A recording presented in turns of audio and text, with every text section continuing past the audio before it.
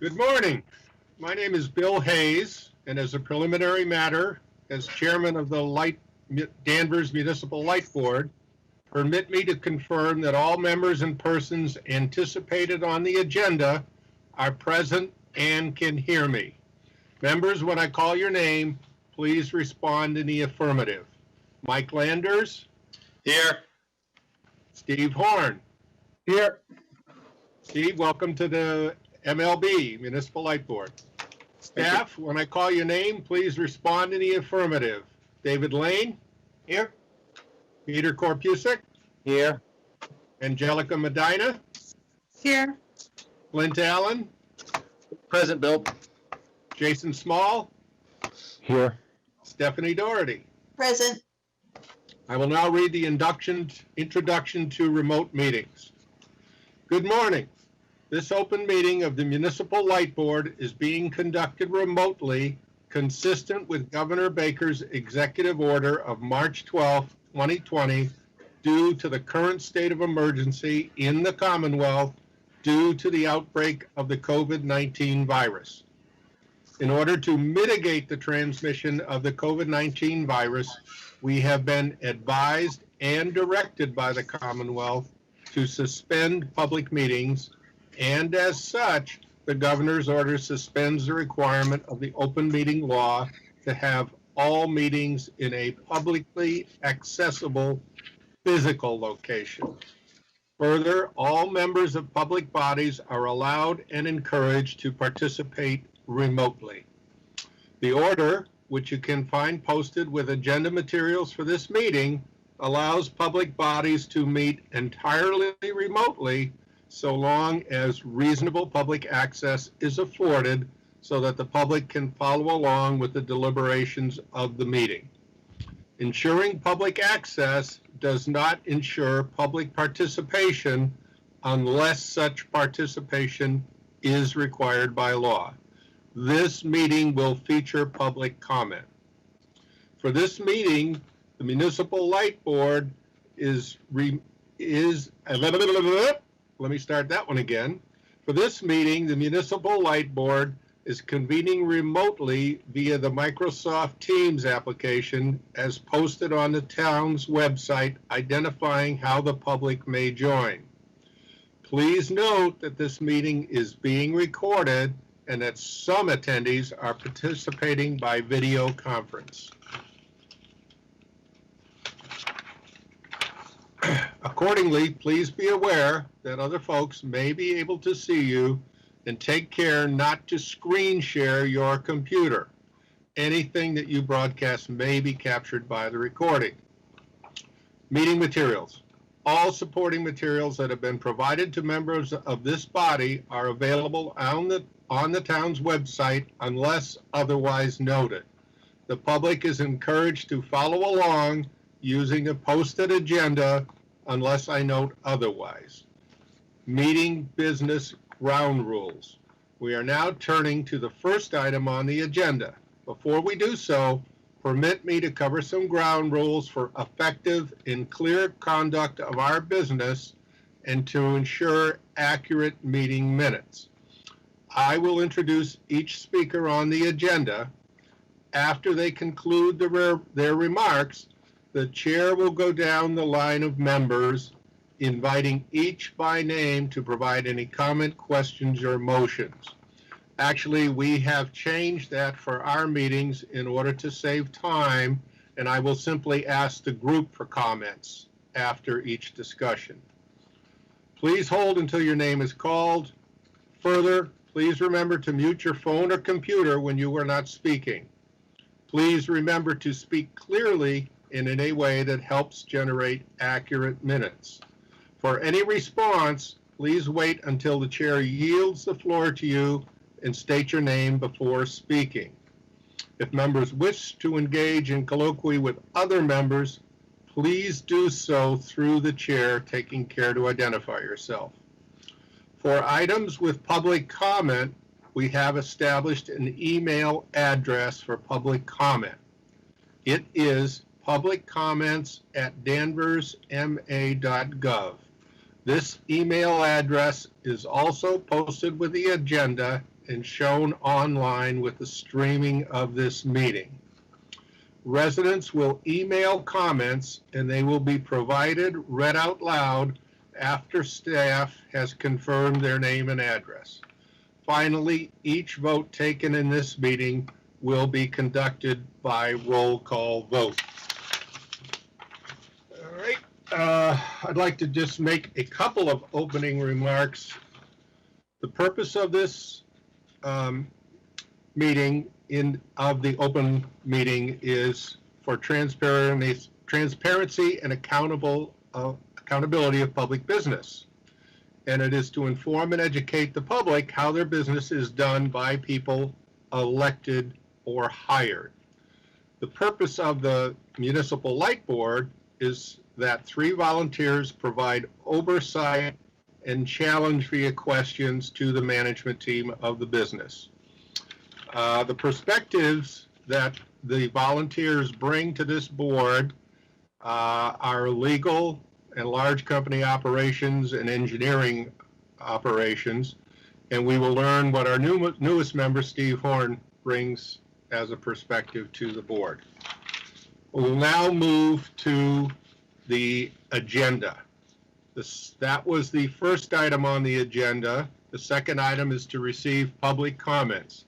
Clint Allen, have we received any public comments prior to the start of the meeting or till now? We've received no comments at this time, Bill. Okay, and remind me as usual, prior to the end of the meeting, I will ask you again if any comments have come in during the meeting. We now move to item 3, the introduction of new board member Steve Horn. Steve, could you give us a brief biography, background, and the skills you bring to this meeting? And that will be followed by each of us giving you a brief bio as well, so you know who you're working with. Go ahead, Steve. You have the floor. Thank you, Bill. I'm real excited to join the board and to work with everyone on this endeavor and with the electric department. So I grew up in Danvers, graduated from Danvers High School, and my wife teaches actually at Thorpe School. Currently, I am employed by a company called EJP. I've been in the water industry probably for about 20 years now. My current job, I sell water, electric, and gas meters, systems, and software. So I'm pretty involved in the public works. I have my territories in Connecticut, Rhode Island, and most of Massachusetts, doesn't include Danvers. So I've got some industry experience on and what we talk about and what have you. And I'm really excited to be on this board. So appreciate it, and thank you very much for allowing me to do this. Thank you, Steve. It sounds like a great background for this board. I'm sure you're going to be a wonderful addition. Yeah. Can we now go through the team? I'll call on you each individually to give Steve an idea of your background and what you bring to the board. Let's start with Dave Lane, the director of the DPW in Danvers. Sure. Thanks, Steve. Obviously, I've been here in Danvers for just over 20 years now, and worked up through in public works and got to know the electric industry a bit. And so mentioned this, but we've put together a really good team here, and really trying to work. I sent Steve our mission statement from the Electric Light Board that we did a while ago, and every once in a while we just keep referring back to that. And just I really enjoy providing the excellent service that we can provide, and keeping those rates 30% below the investor-owned utilities feels good when you can run a business like that. Thank you, David. Let's move to Clint Allen. Morning. Thank you, Bill. Morning, Steve. Welcome aboard. Thank you. Yes, my name's Clint. I've been with the division for almost 10 years now. I started as the efficiency engineer. I came over and I moved over into the operations. I was a distribution engineer for a few years. And about 2 years ago, I shifted into this role. So enjoying my time with Danvers. And as Dave said, it's great to be a reliable public utility with just beating the IOUs over the head with our rates. Thanks, Clint. Peter Korpusik, Director of Business Operations. Good morning, Steve. Welcome aboard. Peter Korpusik, DPW Business Manager, and I oversee the billing of electric, water, and sewer, and all of the financial transactions within the entire Department of Public Works. Looking forward to working with you. Thank you, Peter. Angelica Medina? Hi, Angelica Medina, Assistant Business Manager. I help Peter with the utility billing for water, sewer, and public works. I'm fairly new here. Electric is brand new to me, but I've been learning a lot over these past 4 to 5 months. So I look forward to working with you. Same. Okay. Thank you, Angela. Jason Small? I'm Jason Small. I'm a systems engineer at Danvers Electric. I'm also acting director of engineering and operations at the moment. And I've been with Danvers for about 6.5 years, but overall in the electric utility, I've been about 20 years in the industry. And I look forward to working with you. Thank you. I think Jason is being modest. He's also on a commission in his hometown of the Electric Division, right, Jason? Yes, I currently am on the Citizens Advisory Board for Reading Municipal. That gives him some additional experience and a different viewpoint that he brings to our meetings. That's good. Stephanie Doherty. Hi, Steve. I'm Stephanie Doherty. I've been with the town of Danvers for about 10 years. I'm the administrative assistant for the electric division, and I am part of the meetings every month to take the notes and deliver the light board packages to all the board members, and welcome aboard. Thank you, Stephanie. You're welcome. And then I guess we're going to introduce someone who I hear needs no introduction to you, Mike Landers. It's great to have Steve on board with us. I mean, I've known Steve pretty much probably since we were little kids. So it's he's gonna be a great addition to the board. We've spoken. He and I have spoken before he was appointed just about what we do, and it's great to have him here in terms of his the type of service that he'll provide to the town. I do, and Bill, this is completely out of line with this, but it probably makes sense because I know we've spoken about it, and I didn't want to wait till the end of the meeting with this, but we've spoken in the past about reorganization of the board and that type of stuff, and now that Steve is on board, and we've got, I think, which will hopefully be a very consistent membership for some period of time, it probably would make sense for us to discuss that. I don't want to change by any stretch of the imagination the chairmanship, but I do think that we probably should conduct a reorganization meeting every year. We should get in the habit of doing that on a sort of a regular scheduled basis. At which time, again, my plan is to keep you in as the chair for as long as possible. But now that we do have that, it probably would make some sense to sort of think about that type of a house cleaning as well. But congratulations, Steve. Good to have you on. Thanks, Mike. Appreciate it. Thanks, Mike. Actually had planned to bring that up, Mike. Steve, I'm Bill Hayes. As you know, I am the chairman. Yeah. Just briefly, I was appointed or agreed upon as chairman exactly a year ago in February, after the unfortunate passing of our prior chairman in December. I brought up last month that we should have a discussion about the chairmanship, the organization of the board, for a couple of reasons. One, I was just completing my first third-year term on the board, and I have now been reappointed for another 3-year term. As I say, I've been chairman for a year. I thought with the new board we should have that discussion. It hasn't been a regular discussion in my time on the board. Stan was chairman when I came in. He was the chairman until he unfortunately passed away. I thought we ought to have at least that discussion annually. I'm certainly open to having it now, or let's say at the next meeting after you've had a chance to get on board. If not, we could tentatively plan to do it either December or next February. We'll leave that open, but I agree with Mike. It should be at least an annual event. So As far as my background, unlike several of you, I was not born in Danvers. I was born in Toledo, Ohio, grew up there, went to college in Ohio, went to work for General Electric in Lynn for 43 years, had 2 careers, one in manufacturing management, manufacturing of power generation equipment, which is somewhat relevant, and then 20 years in engineering of aircraft jet engines. Been retired for 11 years now, and I also served 13 years on the board of the homeless shelter organization in Lynn, which gave me my board experience that I bring to this group. So that's where I come in. So, Steve, anything else you wish to add after seeing the team? If not, we'll move on to the next agenda item. No, I'm good. I'd like to concur Michael's statements regarding the chairman of the board at this point, though. So I Okay. think maybe next February would be a good discussion to have that. Okay. All right, we'll move on to the next agenda item, number 4, acceptance of the minutes. Do I hear we run this meeting by Robert's Rules of Order, Steve. Yep. And as such, when an approval is needed, I'll usually say, do I hear a motion, in this case, to approve the minutes from the last meeting? Yep. Do I hear a motion?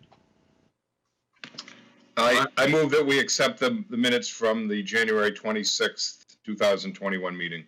Do I hear a second? Second. Any discussion on the motion? Open to the group. No. Hearing none, we will move to a vote on the motion on the floor to accept the minutes of the January meeting as submitted. This will be a roll call vote. Mike Landers, Yes. Steve Horn, Yes. Bill Hayes, yes. Motion is carried unanimously. The minutes are approved. We'll next move to item number 5 on the agenda, the December of 2020 financial report. Peter Korpusik, you have the floor.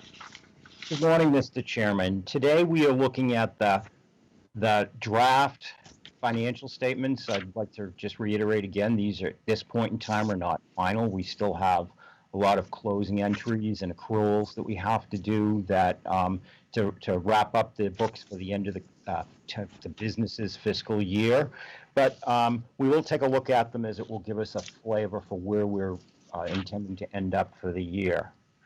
As we look at the top of page 1 and we look at sales, we can see that in total, the on a dollar basis, we're 2 to 3% above where we were last year, even during the pandemic. As I've pointed out in the past, if we look at the 4th category down on the left, domestic sales account 440, that's the residential rate, the residential customers, and the residential customers. Because it was a warm summer and everybody being home, that's where we experienced an increase in kilowatt hours and in dollars. So even though we were down in in the business categories, the residential customers kept us up there so that we had similar sales to the prior year. If we go to the bottom of the page, which is, I like to always look at our purchase power, which starts at account 555, which is labeled purchase power, and goes down through transmission account 570. Our purchase power costs at this point in time are $1.9 million, or 7.8% less than they were last year. An interesting thing, if we look at the purchase power, the first 3 lines of that section, which is purchase power 555, system control 556, and 557, that's the actual power, the charges for the actual power that we buy, and that is down $2.3 million approximately, a little over 12%. If we then go into the next section and we look at line 565, transmission, even though we have purchased less power, the cost for transmitting that power to the town for us has gone up 8.5%. So that's an interesting fact that we're paying more to transmit less power to ourselves. If we look at on the middle of the page, we've got interest income, which I've pointed out in the past, but I'll point it out again. That's account 419. We're down approximately 28%. The money that we have, the treasurer puts it in MMDT accounts, which allows us to gain the benefit or the penalty of rapidly changing interest rates by the Federal Reserve System. And as we're all probably aware, because of when the pandemic started, the Federal Reserve lowered the interest rates to, practically nothing. So we were the beneficiaries of getting that lower rate, and that's why we're down $330,000 or approximately 28%. Another thing that is different this year is the next line, miscellaneous non-operating income, account 421. This is the flush of funds account, and as we've explained in the past, we had money at the Seabrook through MWIC. We had to have money on account there in case there was any problems. The bonds for that project have been paid off, so they returned those funds to us. And going forward, it is our expectation that we will not, in fact, be receiving money from the MWIC project through the flush of funds. And that's a substantial difference of $1.5 million. If we go to page 2 and we go down to the bottom of the page, we can see that even though that's a negative number for Steve's benefit, we all know that that's a positive number. So we're at $4.4 million to the good, even with some of our adjustments not being done. On the bottom of the page, one thing that is different there, if we look at account 428, amortization of debt, we see a minus $304,000. And that's because the town, because of the lower interest rates, we in fact resold some of our debt, refinanced the debt at a lower interest rate, and that's the money that was given back to us from the refinancers to make the interest rate lower. If we go to page 4 at the bottom, we're looking at, this is balance sheet accounts here now.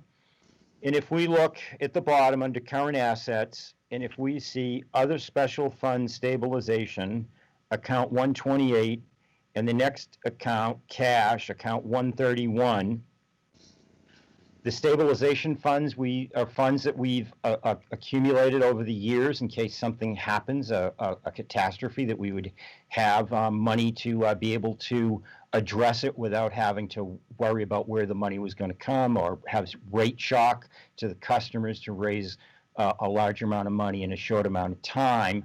And the other cash account, account 131, is what we use on a daily basis to fund our operations. And the value of those two accounts put together is $18.6 million. And as we've talked about in the past, we've had issues. We had an issue a couple of years ago at Substation 42, which required a lot of cash outlay to get the situation straightened out. And one thing we didn't have to worry about is where we were going to get the money from, and if we were going to have to raise rates to raise it in a short amount of time. Excuse me, Peter, this is Bill. Could you just add a little bit more background for Stephen in terms of it sounds like a lot of money, but our efficiency audit suggested that we should have reserves of that or even larger. Just amplify the background, please. Yeah, that's correct. We've had concerns brought to us by different members of the community that perhaps we have too much money.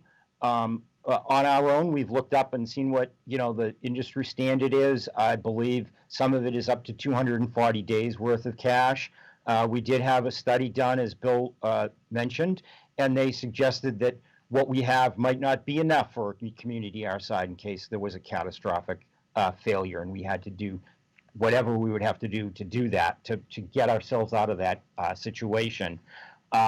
So yes, it seems like a lot of money, but industry standards indicate that it may not be a lot of money, and not that we're like Texas, but Texas runs their system on the lowest price possible, and unfortunately, they ran into a situation that worked for them for 10 years, right up until now, where it's not going to work, and they've got large issues that they have to deal with because of that. So it's a heavy industry as far as finances go. You need to have a lot of money, and I know our engineering staff always talks about building in redundancy and not wanting to buy the cheapest product. We need to have it last because we have different types of weather. So all of that's very expensive, and if anything happens to replace any of those systems that we have in place, we'll in fact deal with a lot of money. And on our own, we've found research that indicates we should have that kind of money. We did a special, we brought in a contractor that works with the utilities, and the amount of money we have is not where they would put it, but it's not, we have enough to address issues, but you could still make the case for us even having more. Thank you, Peter.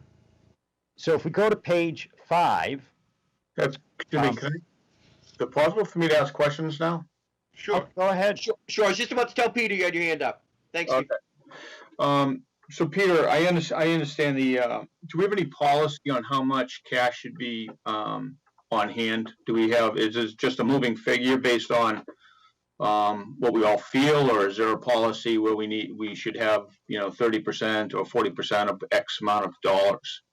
Well, as I mentioned, we had a consultant work with us, and that's one of the things we're going to develop internally and bring to the board is what range of money we should have, so that there'll be no confusion on anybody's part as to why we have the money and what range we're trying to work within to make sure that we have the ability to meet any challenge for reliability.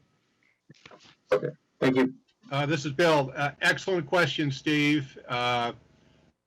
With the efficiency audit, they recommended a number of policies that we should write. And toward the end of the meeting, I'm going to ask that we take a look at that again. We do that periodically as to how those policies are progressing. Okay. Thank you. Peter, you have the floor again.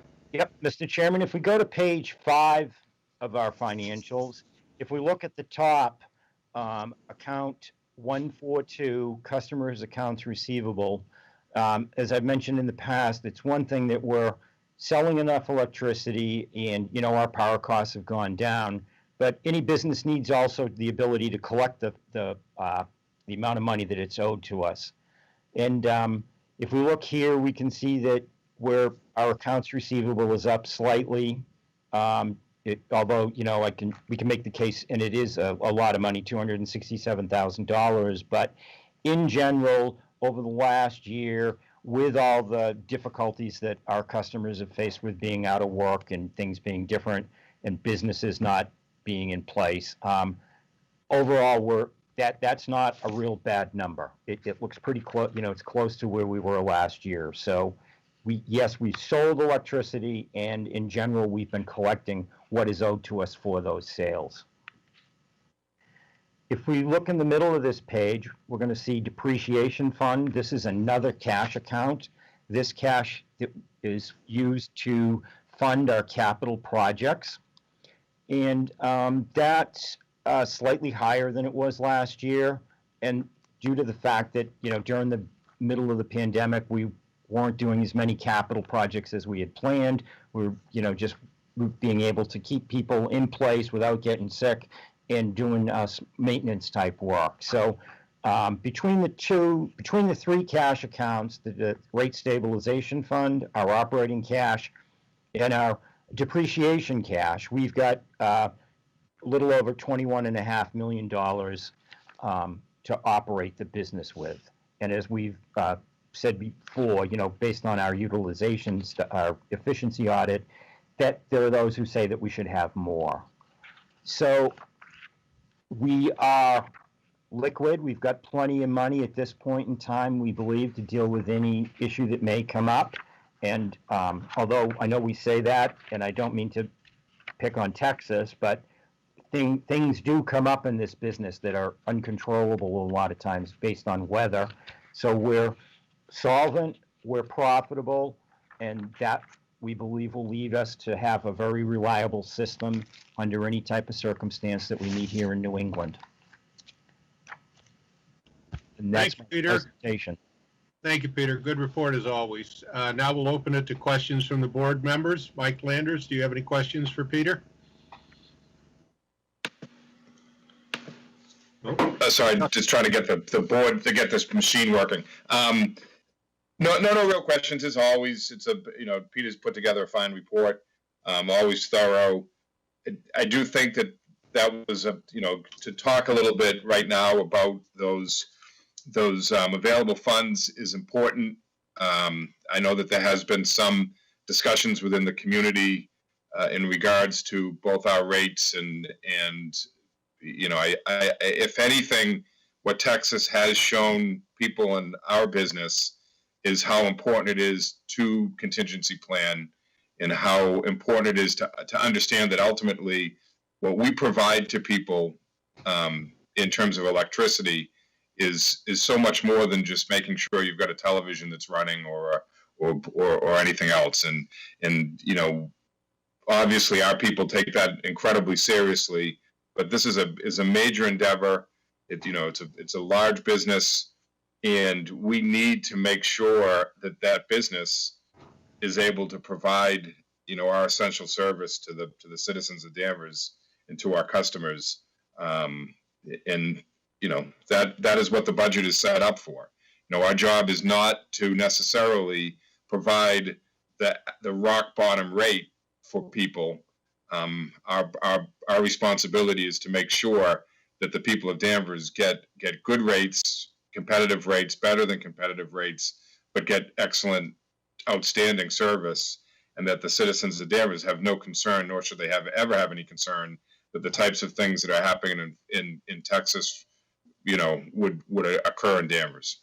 And so again, thanks, Peter, and we look forward to next month's. Okay, thank you, Mike. Stephen, you have the floor. Do you have any questions, comments for Peter? Yep, Peter, I was just going through the financials. Great. It was really good to understand. I had a few questions, and it's just because I'm new and don't understand. But if you can just explain to me on 450 unused customer discounts. That was just sort of a surprising figure, but can you explain what that may be to me? That is the amount of discounts that customers have taken. So it's kind of a little confusing the way it shows it here.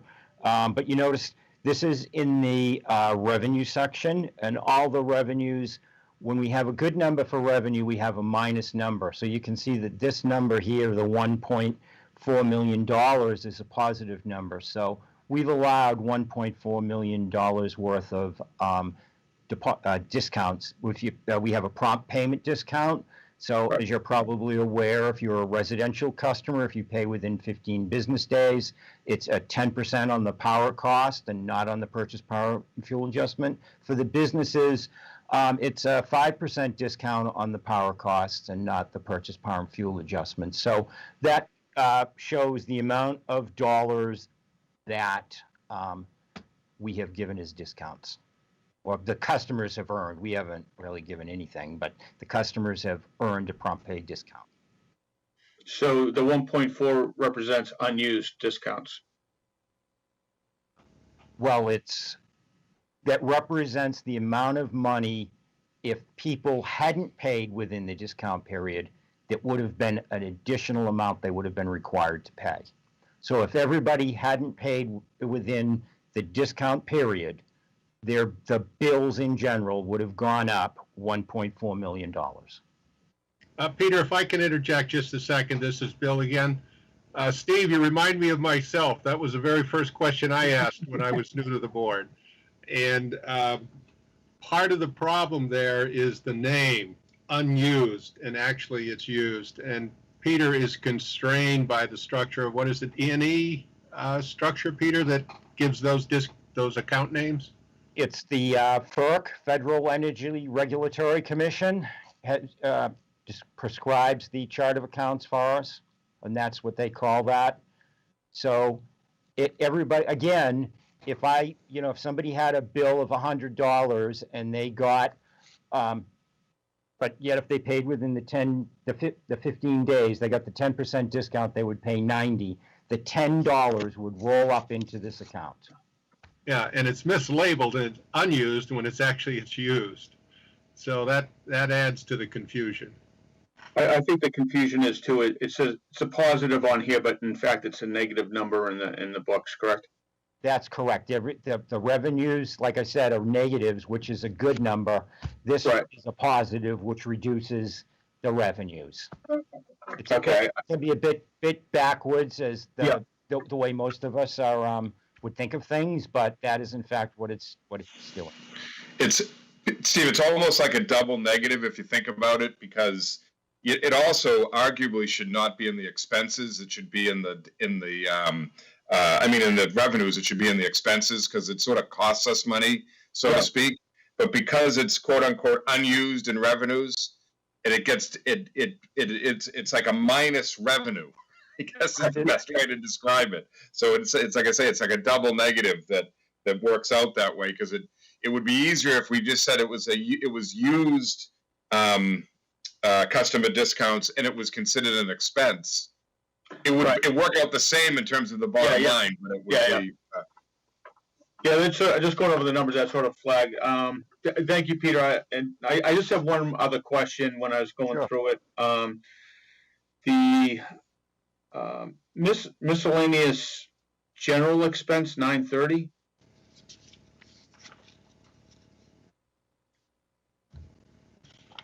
Yes, that is certainly, no one likes to see miscellaneous expenses.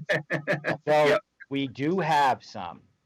Now, during the COVID crisis, when we had people working from home, initially working from home, and then we went to the A/B schedules, we were using admin time so that we could, we wanted to be able to track in a better fashion how much time and dollars were involved in that activity. So we did that. Now, in general, we have admin time very rarely. We may go home an hour or two early, and that would track as admin time. This year, in order to track our COVID expenses, admin time rolls up to miscellaneous general expenses. So instead of the charges being in, if we start at the top of the page, operation labor expense account 581, and then skipping down, we go to, supervisory and engineering, 902 meter monitoring, and admin and general services. So some costs from those payroll items have been shifted down here to miscellaneous general expenses. So, we have it because there's always something that comes up that is miscellaneous in general, but that's why it's a big number, and one wouldn't expect that we would have such a big number in something that we're terming as miscellaneous. Okay, no, that makes perfect sense. I understand that. I just saw the percent from last year, and so GMA want to ask about that. That's all the questions I had. Peter, thank you very much. Okay. Thank you, Steve. Again, excellent questions. Peter, I had just a couple. Let's see, on page 5, account number 143 near the top of the page, the other accounts receivable. That one's also up quite a bit, almost 150,000 up. Again, I assume COVID related, but could you comment just briefly on that? Well, Bill, this is David. Mostly that was due because we were not allowed to do shutoffs under the COVID requirement. So we did not have our enforcement ability on that. So we're just going to have to keep working to chase that money. Okay, thank you. And then down below, account number 253, other deferred credits. That's also up quite a bit, 43% from last year.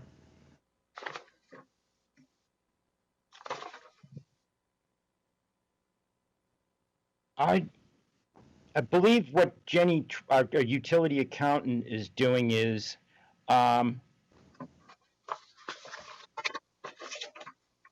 where she's a little bit further ahead. So we're looking at this now, and that's why that is. But I'll have to get a better answer for other deferred credits. But I believe she's accruing in order to reconcile with some of the power companies, the way the bills come in. She's been accruing and then reversing the charges so that we have a better statement. But I'll look into that one, Bill, exactly what that is, other deferred credits. Peter, I didn't believe that's a closed out number for December 31st. There's still work to be done on that. I It's all believe right. so, Dave. Okay, thanks, Peter. We've completed the comments of the board members. Do any of the team members have any further questions or comments for Peter before we move to the next agenda item? Hearing none, do I now hear a motion to accept the financial results as presented and commented upon? So moved. Do I hear a second? Second. Thank you. We'll now, any further discussion from anyone in the group? Hearing none, we'll now move to a roll call vote on the motion on the floor to accept the financial results as presented and discussed. Mike Landers, your vote? Yes. Steve Horn, your vote? Yes. Bill Hayes, your vote? Yes. Motion is carried unanimously. We will now move to the next agenda item, the purchase power and fuel adjustment policy, results for March, recommendation for March. Clint Allen, you have the floor. Thank you, Bill. Good morning, everybody. So we'll be going over the March 2021 purchase power and fuel adjustment charge recommendation. I just wanted to start this one off by going back through that mission statement we had added last year. For Steve's benefit, this was a request of the board to help better understand the purpose of this presentation and this document. So essentially, the purpose of this analysis is to determine if the monthly revenue that the electric division is collecting from the PP&FA charge is appropriately covering the cost that the division incurs to buy regional wholesale electricity and get it back to Danvers and ultimately serve it to our customers. So there's three main factors that we look at on a monthly basis. The first one would be the actual cost of the power supply. And through 2020, as you can kind of see in that first graph there, our actual costs came in, significantly below what we had budgeted for originally. That was, in no small part to, obviously the impact of COVID. As Peter had just touched on, I think it was about 10% increase in the residential and the large commercial sales. And we had also, the division was able to renegotiate a power contract back in May that saved us, another, about around $500,000 for 2020. So with that said, we are almost closed out. We have what is known as the OAT. It's an open access transmission tariff. It's basically the bill that we receive that, as I think Peter and Dave even mentioned already, that's the cost that we incur to shuttle the power back to our system. So we're waiting on that bill, but we've estimated it in, and we're looking at that we've landed about 10.44% where we had budgeted for through 2020 to a figure of approximately $2.6 million. The second factor we look at is our actual bulk system kilowatt hour sales. So as you can see in the graph, with the exception of August, we had pretty consistently come in below what we had forecasted our sales were going to be throughout 2020. Those numbers are officially closed out for us, and as of the end of the year, we were about 5.5% below what we had forecasted. I want to turn to the second page. The third and final factor would be the actual power supply revenue that the division collects. As you can see, the two graphs between the KWH sales and the power supply revenue have a very similar shape, as the revenue obviously would follow our KWH sales. So throughout 2020, the revenue had come in pretty consistently below what we had anticipated, with that one extra hot month in August. That came in about 5.7% below what we had anticipated, to the tune of about $1.41 million. So at this point, I'd like to, if we could go to the third page, and this is all kind of visualized here. So the top graph is the total for 2020, where we started the year, our projected power costs, projected revenues, and where we had projected, the PP&FA over/under collection fund to land. And Steve, we'll get into that a little bit more in the next presentation. And then you can see the lines just kind of track through where what our actuals were, and then that that bold black line is or I guess it's like navy blue, the PP&FA over/under collection fund. So we had started the year with about 1.2 million. As we'll go over with the policy, we were striving to end the year at about a $500,000 in the positive. Right around June, with the mostly because of our reduced power supply costs, we actually began kind of building that fund back up to where we're closing 2020 at about $2.34 million in the positive. So if we go to the second graph below that one, this is a power supply cost and revenues budget summary for 2021. What we forecast, what we're going to be spending and collecting. So you can see we start the year, at that $2.3 million figure, and we've set the PP&FA charge in order to essentially return that over collection back to the customers throughout the year. So we anticipate with the current rates that we'll land about $635,000 in the positive. So more in line with the policy, which again we'll talk about after we go through this. So to go back, page 2. So the recommendation, if we hold the rates that we had established January 1st, that being residential 5.28 cents per kilowatt hour, and all other classes 5.52 cents per kilowatt hour, that will get us to that $635,000 positive figure that was in that second graph. Yep. So I guess at this point, if we if there's any questions about that, we can go through those, and then we can go over the last couple of charts in this presentation. Okay, thank you, Clint. We'll now open it to board member comments. Mike Landers, do you have any questions, comments for Clint? I guess one thing, which is probably more for Steve than even, because I know Clint knows this. You're going to see in terms of these figures as well as the budget, Steve, the fact that we operate on an annual budget, January to December. Yep. The town operates on a fiscal year, July to June budget. You're going to run into issues as we go through the budget stuff and as we go through our numbers, where we do our budgeting and we do our financials very different than the rest of the town does. So in this particular situation, don't be that concerned about the fact that, quote unquote, our budget doesn't sort of match up with what we expected. Yep. It's to use layman's terms, it's a bit of a shot in the dark sometimes in terms of these numbers, and we can adjust them, and we do adjust them during the course of the year in order to try to get to those figures. I think we take offense at that. Now wait a second. Now, shot in the dark. Give us a little more credit than that. Well, We got to stick up for the guys. We are so much better than we used to be at predicting this. So yeah, but it's a prediction. I think that's the most important part of it is, and unlike say the school budget, which is not a prediction, this is how much money you get, and this is how much money where we're spending everything.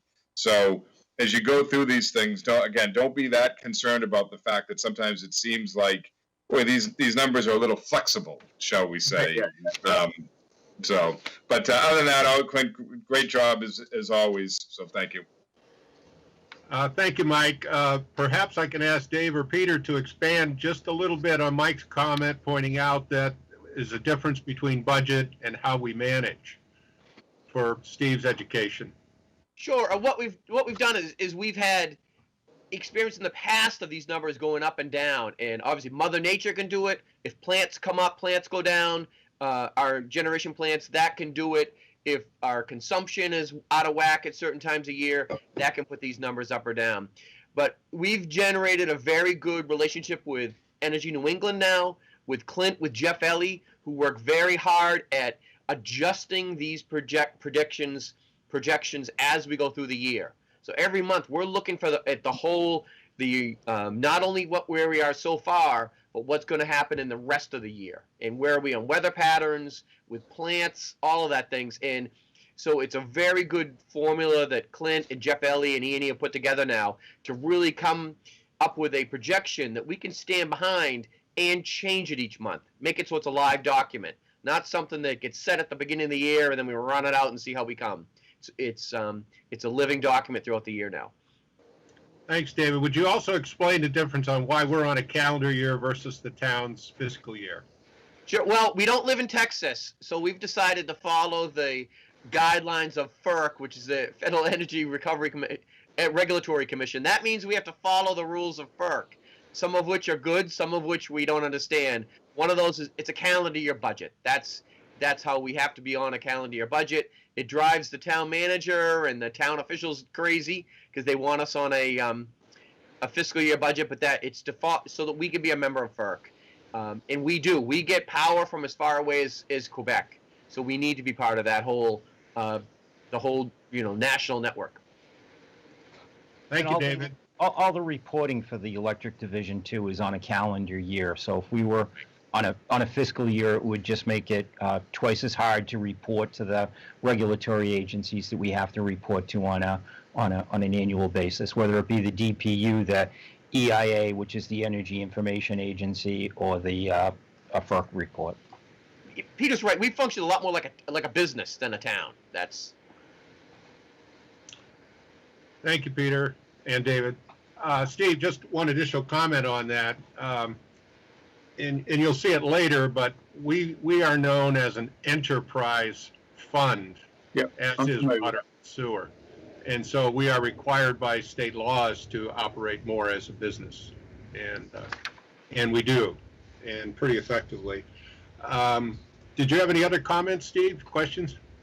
I have no questions. Very good job, Clint. Yeah, I read through it yesterday, and excellent presentation. Appreciate it. I'm good. Okay, thanks, Steve. Clint, I had just a couple of comments, and it's kind of cheating. I'm looking ahead at the policy you proposed. And the first one is on page 2 of the document under the PP and FA charge recommendation. You comment in the policy that we should be at about 2% of the purchase power budget for our year-end target. Where does the 635 that we're going to be at compared to the annual budget as a percent? So the 2% figure is 515,000. So Okay. the six, yeah. So this, I mean, it's. I'd have to. I could get a calculator out, Bill, if you like. Let me see what we got. No, that's good enough. Just the ballpark. Yeah, so is it's all. probably be about 3. Just shy of 3%. Yeah, okay. And then just as a suggestion going forward, adding the formula in as under the purpose statement with it clearly labeled as to what each of the items are and showing the calculation might be useful. Following up kind of on Eric Mitchell's suggestion of purpose, and then taking advantage of your putting out the policy with the calculation formula, I think just adds a little bit of clarity there, or hopefully will add a little bit of clarity going forward. Other than that, great job. I think very clear presentation. The graphs, I do love the graphs. They really make it understandable. Where I worked, I used to tell our people, when you're presenting to senior management, make it as simple as possible. Crayons are desired. It gets it into their capability to understand. And those graphs do it for me, so thank you. Great. Okay, we have completed the board comments. Do we have any questions from the management team members for Clint before we leave this agenda item? Nope. Hearing none, we will now move to a vote to approve the recommendation to maintain the PP and FA rate as proposed by Clint. Do I hear a motion to accept as proposed? So moved. Do I hear a second? Thank you, Steve. Any further discussion from anyone on the team? Hearing none, we'll move to the roll call vote. Mike Landers, your vote? Yes. Steve Horn, your vote? Didn't hear you, Steve, but I saw it looked like yes. I'm sorry, yes, I was mute, sorry. Bill Hayes, your vote? Yes. The motion is to accept the rate as provided is approved unanimously. We will now move to the next agenda item, the PP and FA policy. This, Steve, is one of the follow-ups from your earlier question. Do we have a policy in place? And the answer is we will on this, and you'll see later others are in the works. So the policy, Clint, you have the floor. Thank you, Bill. So yeah, has been mentioned, this was one of the policies that came up when we had the efficiency audit performed, over 2 years ago at this point. And this one we've been working on. We'd been preparing it for last year, and with the disruption the COVID caused, we kind of got shelved for a bit, but I'm glad it's back. I hope everybody's had the chance to review the document. I'll go through it on a very high level, and then we can just go through some questions if there's anything specific. So essentially the purpose of this policy is to establish the guidelines for, when we assess our PP&FA monthly charge, how we assess it, and what is our target over and under operating income for the end of the year. So just as an introduction, we basically laid out the three high-level aspects to what a customer's bill, what we're really trying to recoup in our utilities costs. There'd be the account administration that's being collected now through the new customer charge. We have our O&M, the operation and maintenance, the construction, the maintenance of all the lines and all the equipment that we have in the field, and lastly is the purchase power element. The purchase power element is kind of interesting because it's a pass-through for the electric utility. We are not permitted through the Department of Public Utilities to collect any kind of profit. So what the utility has to pay to get the power to town and ultimately transmit it to our customers, that's what we have to charge. But as has been mentioned in this meeting already, the price of wholesale power fluctuates, literally on a 5-minute interval basis. Regionally, so we can have some big swings. And as David mentioned, if we have one of our long-term Seabrook plant or something goes down for an outage or maintenance, we're exposed to that market power, which can vary significantly depending on the time of year and the time of day. So our objective is to keep our rates, the PP&FA charge, as consistent for our customers as possible. There was at one point a number of years ago where we would adjust this on a monthly basis, and if you look back to the our historic PP&FA charge, you could see swings of up to a 10-11% on a customer's bill month to month, just for us trying to chase the power costs. So the intent of this is to sort of smooth that out. The recommendation would be that we strive to set that rate or assess that rate on a 6-month basis. So that would be for January 1st for the first 6 months of the calendar year, and then July 1st for the back half of the year. As we've just gone through with the presentation, we look at it as a monthly basis. We make sure that we're on track for where we anticipate or where we would like to land. And this allows us, but it does allow us the flexibility to make a monthly change if necessary. But again, we strive to keep it as smooth as possible throughout the year. I guess lastly, just to go over the schedule objective, we kind of touched on it with the 2%. So we had set, I don't know, Dave could probably speak better to this than I could, but the $500,000 target in the over-under fund was, I believe it was established originally because there had been years where we had come in negative, is that right? We had actually come in below the zero, so we were starting with a liability in the power supply budget for the beginning of the calendar year. So that would, of course, we'd have to adjust to collect all that money that we came in short on, and then also, collect for everything we anticipate we're going to spend in that future calendar year. So this policy is setting it as a percentage, so it tracks more to what we're actually, what we are budgeting to spend for that calendar year. So the recommendation would be 2%. As was just mentioned, it's for 2021, that's $514,000. And that essentially would be the carryover that we would be trying to get to at the end of every year. So I think with that, I'd be happy to answer any questions that anybody has at this point. Sure. If I could just add a couple things, Clint. Clint talking about the end of year balance is very important. In this account, it's not like a normal budget that monies go back into retained earnings. If we collect more revenue than what the power costs at the end of the year, we're required by regulation to give that money back to the customers in the next calendar year. So if we over collect $500,000 more, we need to give that money back. On the flip side, if we don't collect enough, if the board, we choose to keep rates low and don't collect enough, or if something happens at the end of the year to make power very expensive, if there's a negative, that negative needs to be recouped during the next calendar year, which means we'd have to raise rates in January that would recoup that money so that we'd get back solvent or to even.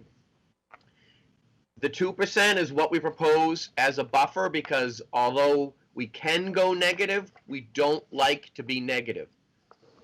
We like it to be positive. It shows better on our balance sheet. So we've chosen the 2% as a modest, relatively modest amount that essentially we end the year with a 2% over collect if everything's perfect. And then we give that back and collect another 2% in the next year. That's how that works. It's that same amount of money.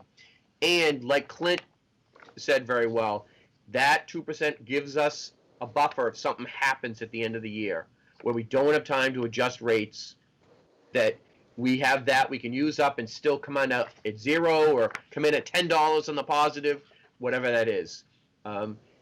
So our preference and when we propose this policy is to try to have a positive balance at the end of the year. Not a lot, but a little bit. And I just wanted to add that the policy is intended to codify how we're doing business right now. And I think especially with the looking at June and December, setting it 2 times a year to try to project it forward to keep it level. And for Steve's benefit, I want to say in the past, when we really were doing it month to month, back in, I don't know how Michael said it was, he's shooting darts, was that it, Michael? Something like that. This charge would go up and down each month. And we didn't think that was the right way to run a business. We can do better than that. So we're trying to even out those spikes.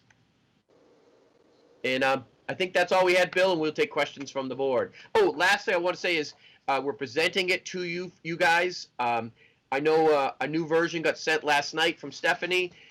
We don't have to adopt this. We present it to the board for comments. If we need to take it back and change it again for next meeting, we're under no deadline other than our own deadlines that we set to do this. And as soon as we can get this policy done, we can get working on the cash reserve policy, get that presented to the board. Okay, thank you, Clint and David. We'll now open it to questions from and comments from the board members. Mike Lenders, do you have any questions for Clint or Dave or Tim?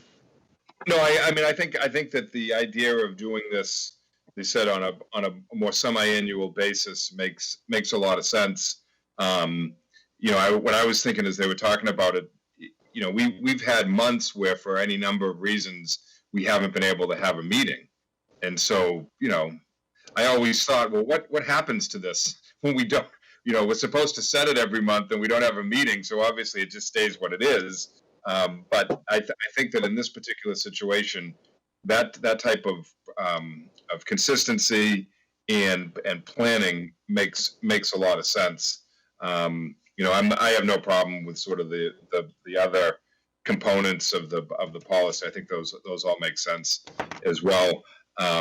It was shot in the dark. by the way, too, not a, but and just to make the point with that, it's amazing to me how good Peter and his people do, considering how difficult it is to project what's going to happen in any particular month or quarter. So Wait, this is Clint. that was not meant in any way. People on this one. Yeah. So, but I'm good with it. Thanks, Bill. Okay, thank you, Mike. Steve, do you have any questions, comments for Clint or Dave? Yeah, I've got a question, and it's just, I'm sorry I've missed it or misread it, but, you know, I like the policy that's in place that we're talking about. But just so my own education, if we see at 2% we're overcharging, we have to give that money back. Is that on an annual basis, or is that after new policy is set? So, Steve, we can do it two ways. If this is proposed, when we look at it June, if we're collecting way more money than we projected, then we would likely recommend to the board that we drop the PPNFA rate for the remainder 6 months of the year. If we didn't do that, if we collected and overcollect in the second 6 months of the year, then that would be going in the next year. So in 2020, we actually had a larger overcollect. It was over $1 million. And we let it go through the end of the year because we didn't really know what was going to go on with the industry. We wanted to have a bigger buffer last year. We ended the year with that $1 million, and now that was why we were able to lower this rate on January 1.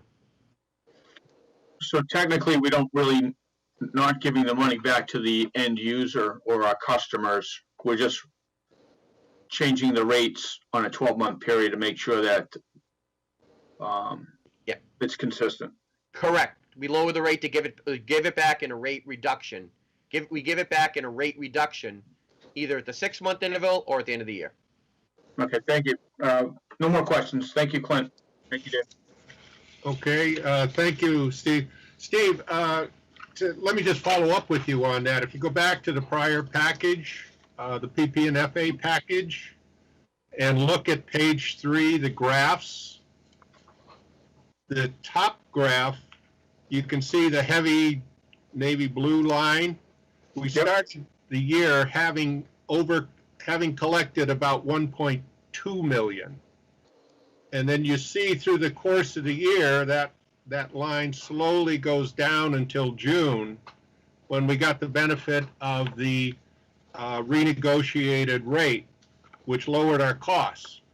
But we didn't change the rates, as David said, because now we're in the middle of 2020, we're in the COVID pandemic, and there was so much uncertainty. So even though we saw a reduction in our costs, we didn't change the rate then. And the net result is you see that black line, dark blue line go way up, and we end the year at 2.3 million in the under collection account against our $500,000 target. So that's what happened last year. Okay. In December, because we had that large over collection, we approved a PP&FA rate that lowered the rate, and the net result is the projection in the gray line you see on the second chart, that over the course of this year, we started with the 2.3 million in the account, and by the end of the year, it will be down to 635,000 round number. So that money that was over collected is being returned to the ratepayers over the course of the year. Yep. And that's what the new policy formalizes, but we have been doing right along. Okay? I just need new crayons, I think, Bill. That's all. Yes, me too. No, thank you very much. That answers all my questions. Okay, good. Clint, I had just really one question, or actually two. On page 1, just under the introduction, under account administration, the cost of administering, metering, billing, customer charge covers this portion. And I just wanted to ask about how well does it cover that? Because just a little bit of history for Steve here is that we just put that charge on our customers at the December meeting, and it's just going out in bills now. And that charge was about 30% of what was recommended by the cost of service study. So it's not, as we sit here today, really recovering those costs, but it is intended to get there over the next few years. So if you could just comment on that, Clint, a little bit. Yeah, that's exactly right, Bill. So the cost of service study took a look at what the, exclusive of how much electricity a customer is buying from us, what it cost the division just to have a meter in place for them and have the administrative personnel and the software that can read that meter and issue bills.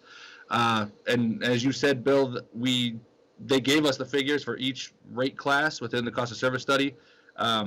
And we had determined, we wanted to avoid rate shock. We couldn't slam in these charges, especially for residential that to date have not had a customer charge in town. So we had determined to come in about, I think it was like 32% of what the recommendation was, at least as a starter. And we're going to just take a look at, what kind of revenue that's going to bring in the future and see what we need to do going forward. Okay. Does that clarify it a little bit for you, Steve? Yes, Bill, actually, I was on that, I was a guest at that meeting, when that was discussed, so I'm familiar with it, and, thank you very much for, reiterating that as well. Okay, thanks. The other comment, Clint, was under the purchase power. The second line, second statement, a portion of these costs are embedded in the base rate. Mm-hmm. And the question is just why. Again, it's kind of a historical, how did we get here? Because the operations and maintenance costs, as described here, and my understanding was those are in the base rate, Mm-hmm. but then also a portion of what purchase power and fuel is there also. Can you give us a little bit of that history? So Clint, let me start on that one. Is that our base embedded rate, as we all know, includes both operational costs and power costs. At one point, we thought we were going to head towards having two separate charges that both relate to kWh consumption.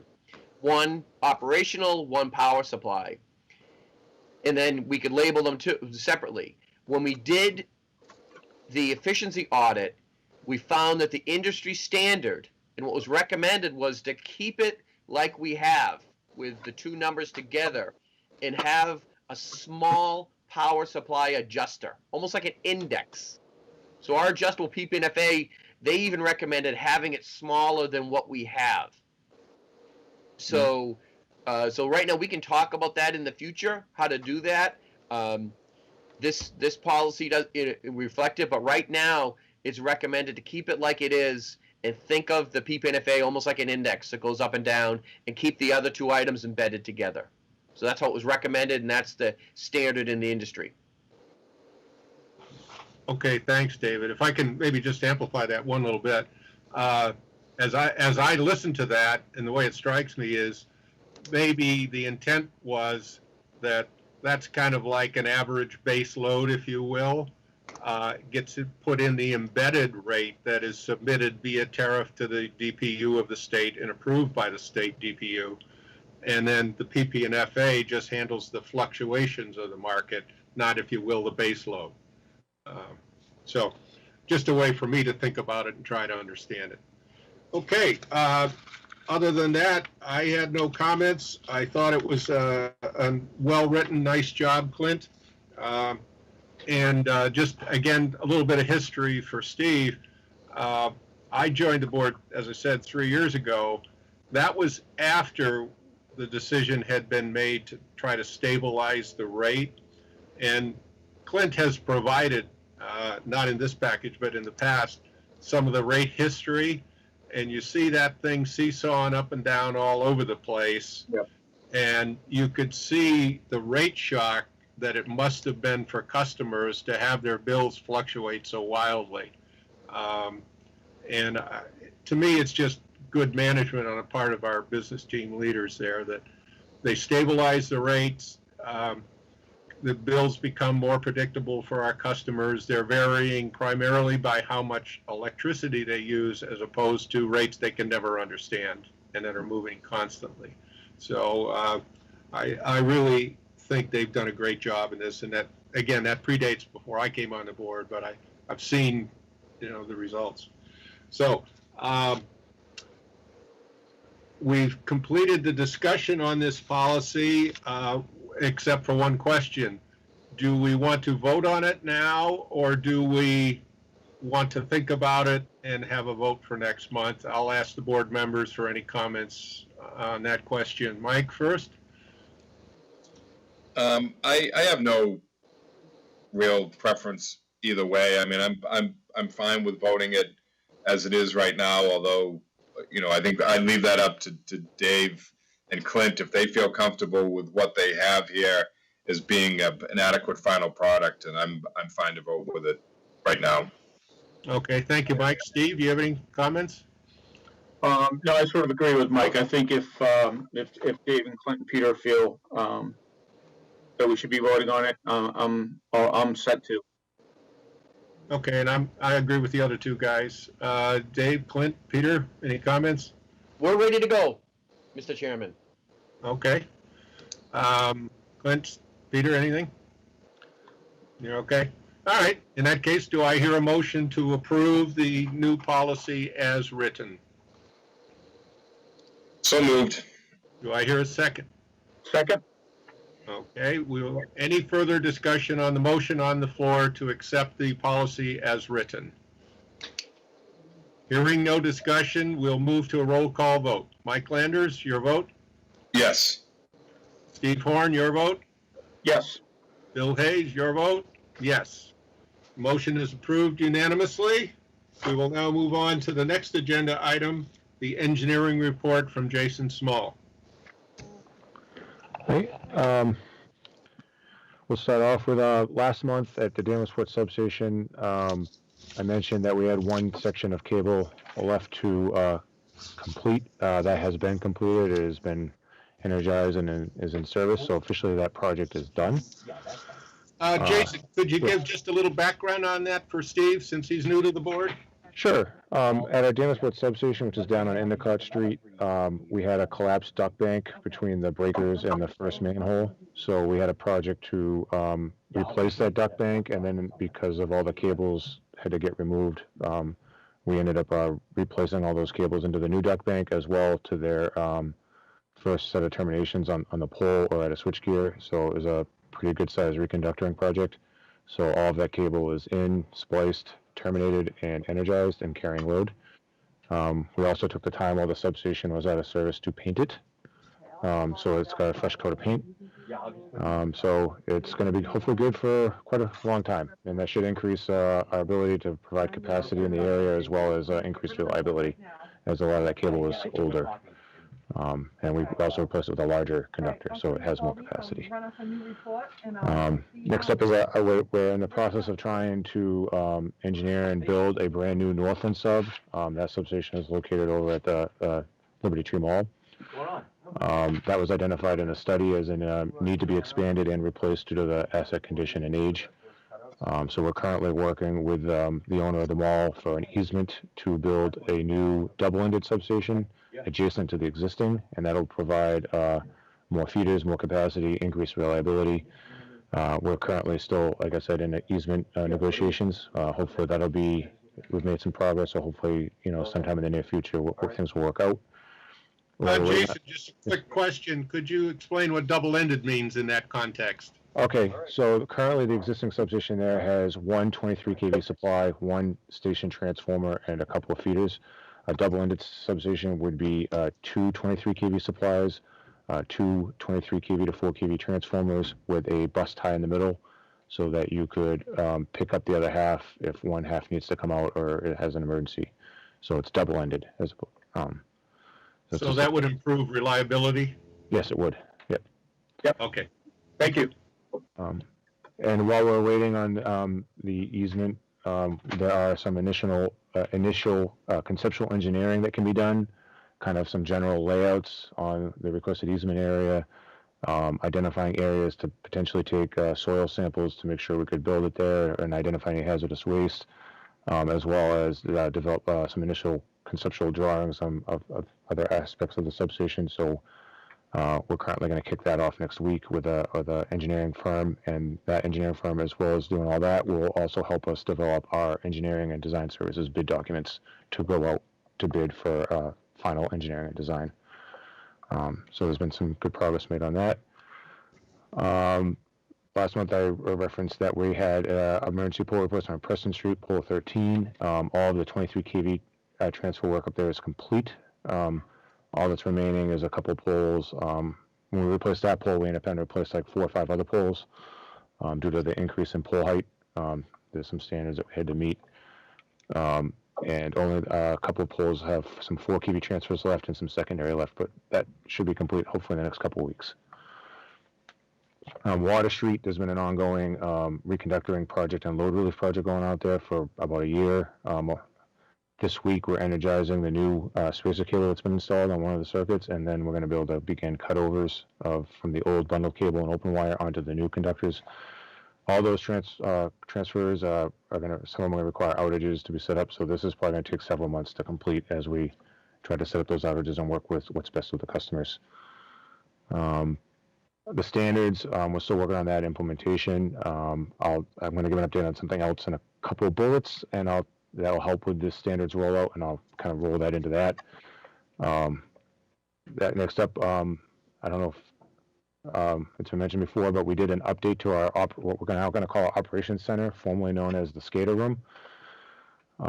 We have the upgrade we've done in there is to help improve workforce efficiency, and by what we've done is we've installed redundant ergonometric workstations. So instead of being a couple of tables with some computers on it and some monitors, we actually have like a more of a control room, control center type setup with 2 desks, 2 stations, both of which have multiple monitors set up that are viewing easier, so that we can have our SCADA, which is our supervisory control and data acquisition system. That's going to be has its own set of monitors, as well as our outage management system. Once that's ready for implementation, that'll have its own monitors. That's also known as OMS. And then, so by having these 2 workstations to help support the day-to-day operations and emergency operation of the system. And then we also installed a second radio in there so that we'll have 2, like I said, 2 redundant workstations. So in case of a major event, we'll have one workstation where maybe somebody's working on the outage management system and dispatching trouble orders to the crews, and on the adjacent workstation, they can be on a separate radio station, giving any switching orders to restore anything that needs to be restored. It's pretty impressive that it came out really, really well, and we're not really looking forward to using it, because that means we've had some problems, but at least on the day-to-day when we're doing our maintenance, we do get to use it, and it's working out well. And then finally, we have deployed iPads to all of the control authorities that are on call, and well, actually all the engineering staff have them, and not just the control authorities. And then lineups, all of the crew leaders, as well as any of them that are on call, have iPads, and in tech services, the crew leaders and on-call personnel also have these iPads. And what's neat about this is it has our GIS app on there, so they have the most up-to-date mapping and data available to them in the field to be able to help troubleshoot, as well as what we're, like I talked about earlier with the construction standards. Those will all be loaded onto the iPad, so they'll have complete access right on the iPad. They can open up the PDF, see the standard right there. We'll also put all the one-line diagrams on there, any important contacts and their phone numbers, equipment ratings, and a bunch of other stuff that are all going on these iPads.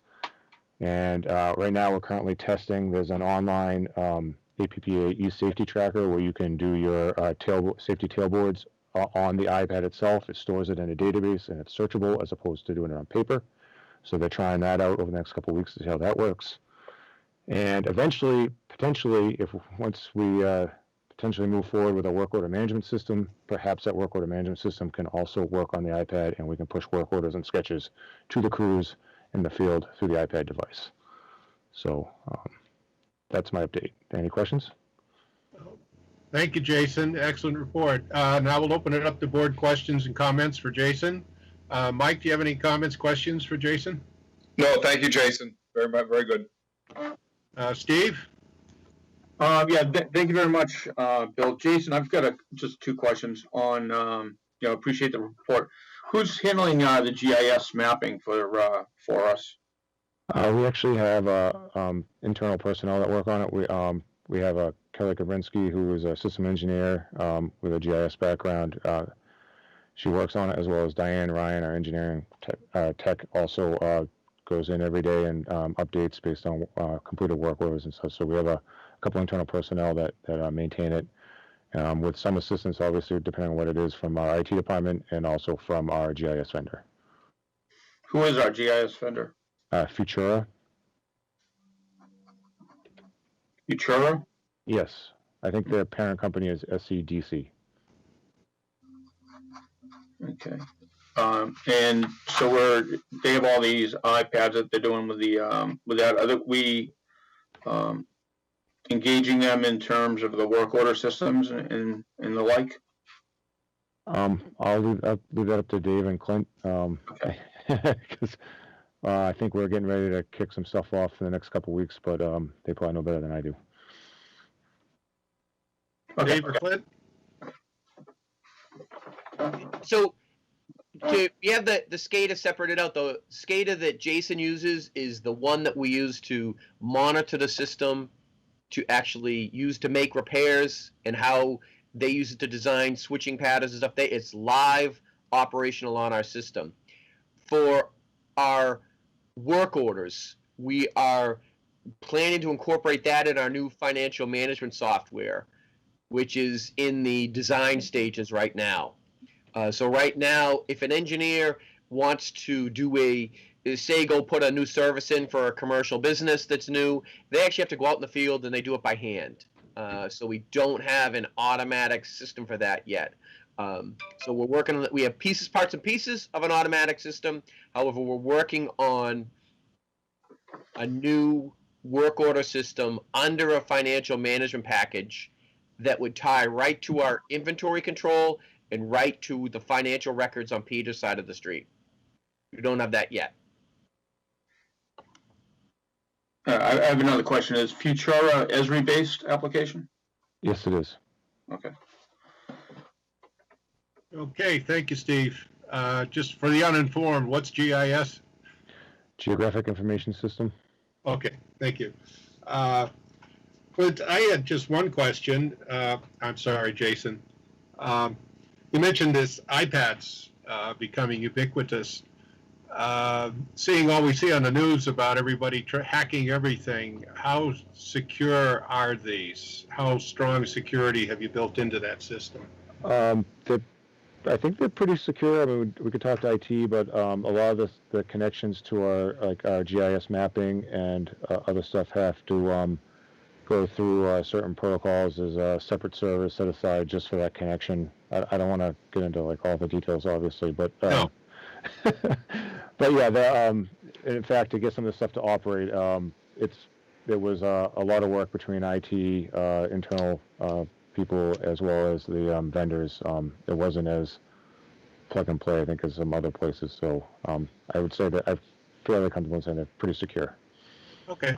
So Thank Bill, you. we're regulated on the IT security that we have to do, and part of our NERC annual audit, and that audit looks at all the liabilities in our system, looks into our internet and our IT security each year. So there's a whole set of regulations that we have to follow, and now we work with the town's IT department because we need the whole town's IT to be following these protocols, so that Mr. Landers can't go try to get a recreation permit and sneak into our electric system through a back door.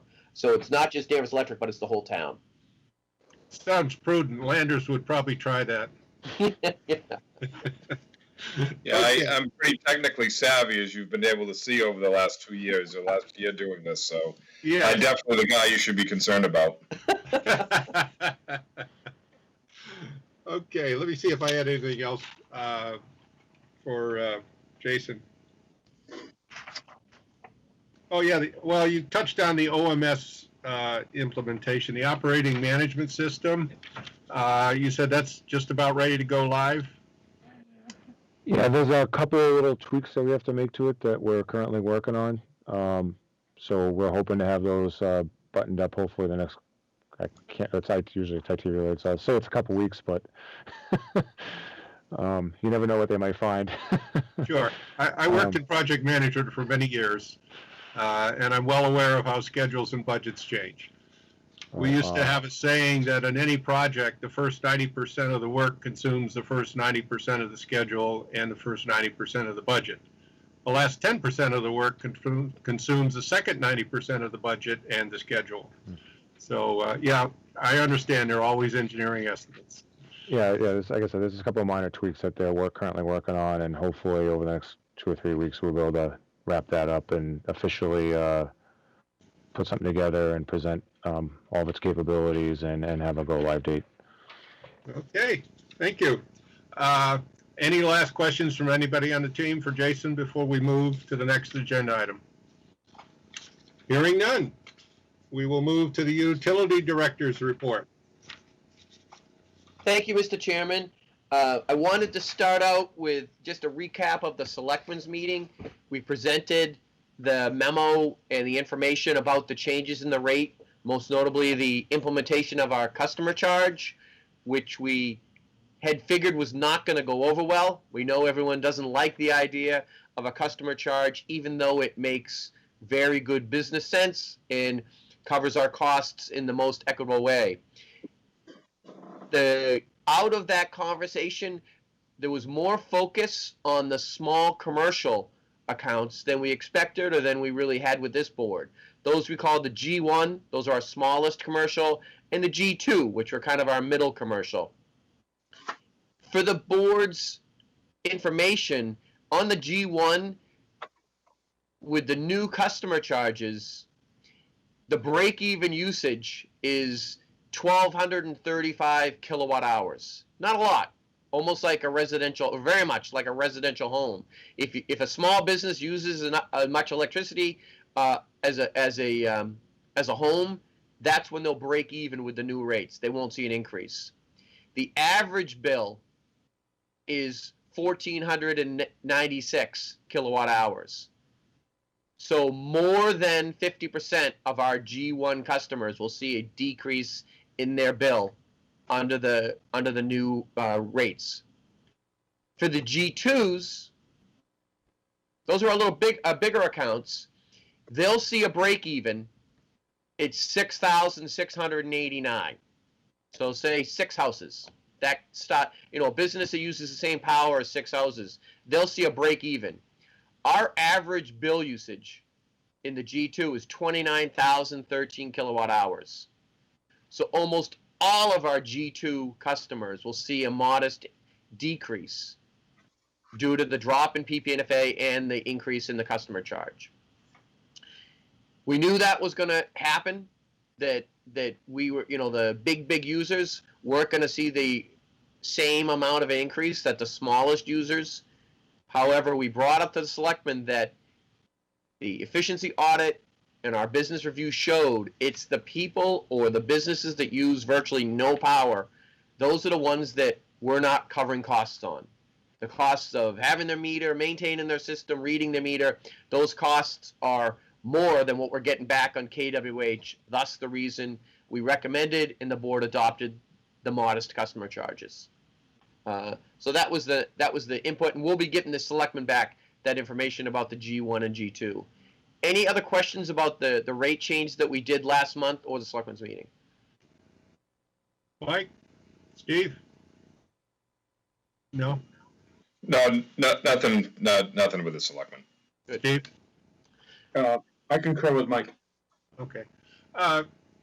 David, just would you say that by our charter, we have the authority to approve that rate as the Municipal Light Board?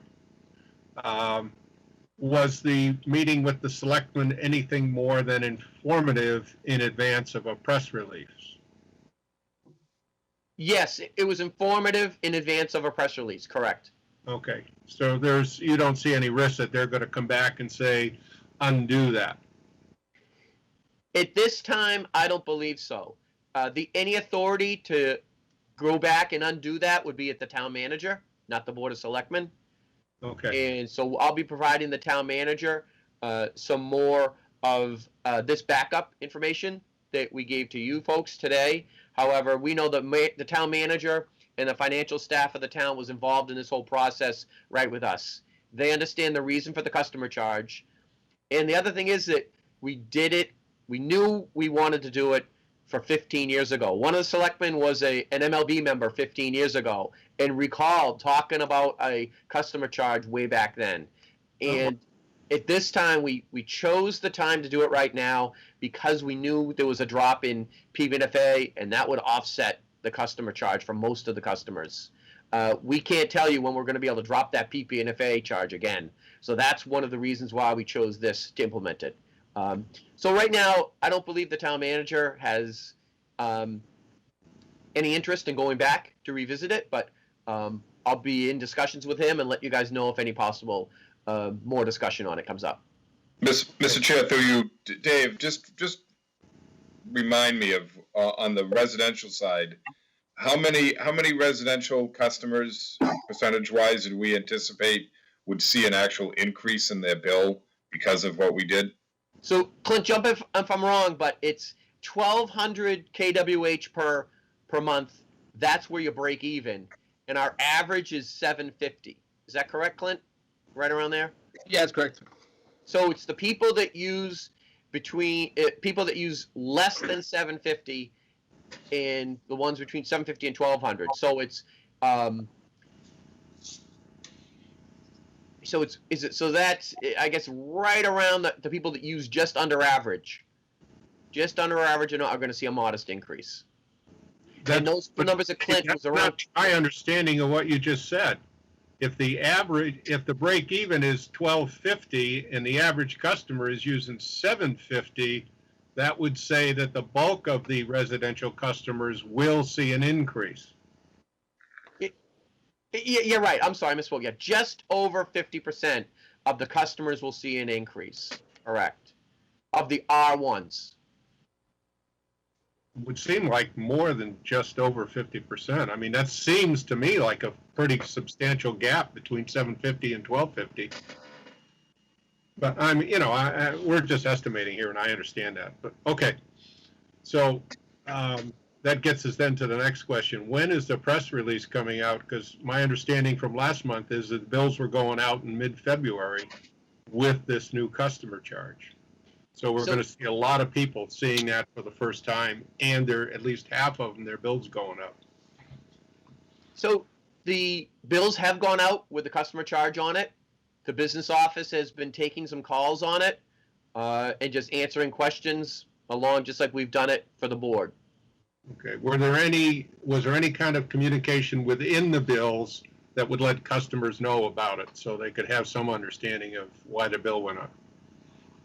Peter, did we put a note on the bill? I'm not sure if we did. I don't think we did, but like I say, we haven't really received a lot of concerns, and those that we have gotten, we've called and explained it to everybody's satisfaction. But no, we were waiting for the press release, I guess, was what I relied on. But And we did educate all of our staff as to the reason for this increase, so they're able to properly explain it to the customers. Okay, so we at least did that. Yeah. So as far as an official press release, so we expected after the Board of Selectmen's meeting, the press would do a story right away. That hasn't happened. So I'll be talking to the town manager on whether or not he wants to be proactive and do that, or just let it go on the current course. We'll discuss that with him. Okay. I guess as chair of the board, I would recommend that we do a press release to try to be proactive in advance of it, and again goes back to transparency. But I'd welcome comments from the other board members on the subject of a press release. Mike? Yeah, so I agree with you in terms of that. I'd ask you too, Dave. Looking at my favorite thing usually every month, which is the comparison of average residential bills. I'm assuming that the one that we have for this month does not reflect that increase. Is that true? No, it's in there already, right, Clint? Okay.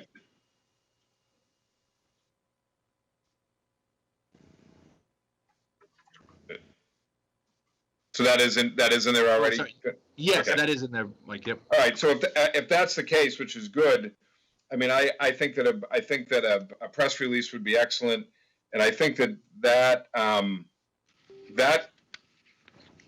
chart that we see every month might be a positive thing to be able to put in there. We see it every month, so we do know that over the course of the last couple of years, we've had some Middleton and Wakefield, although I think we're arguably exactly the same as Wakefield. Middleton has somehow got themselves, substantially, meaning that it's noticeably less than us. But I think that if you look at where we are in terms of the average, and certainly if you look at us in comparison to the three big sort of national providers, there's no question that our residential customers are getting value in terms of this, and so a small increase. I'm not sure. I think you have to compare apples to apples in regards to that, and apples to apples is looking at how we compare to other providers of electricity, and Thank you. not just in the. Thank you, Yeah. Zach. You actually just helped me design the press release just now. And I just got a really good vision of how we can do it to portray things in a positive light and let the reasons know why we needed to do a customer charge, but yet still put it in a positive light overall as far as how low the rates really are. I think that's a good thing to get out. I do want to avoid the debate in the press about whether or not we should have a customer charge or not, but put out there the reason why we did it in a positive vein. I think that's great to include the chart. Now I see a good vision of it right now. Good. Not a shot in the dark. You've got a real good vision in terms. Yeah. Okay, thank you, Mike. Steve, do you have any comments, suggestions for David? No, the only thing I think doing the press and going with what Dave feels is good. I think, are we going to put anything on the website or tag that in any way? Yeah, Clint's working on the website right now, Steve. Him and a couple other members of his team, and they were going to put some information about this on there. We're limited what we can put on the website, and our flexibility is very limited, but the staff is working to try to get something up there. Yes. Okay, that's the only questions I had. Thank you. Okay, David, I guess I would just like to suggest maybe that Peter include some kind of communication in the next bill based on whatever's in the press release, because not everybody will see it in the press or on our website if we choose to put it there as well. And I think in this case, we probably should over-communicate rather than under-communicate. Just a suggestion. You guys can decide whether or not you want to do it. Okay. Okay. All right. I think we've closed that topic. Yeah. Dave.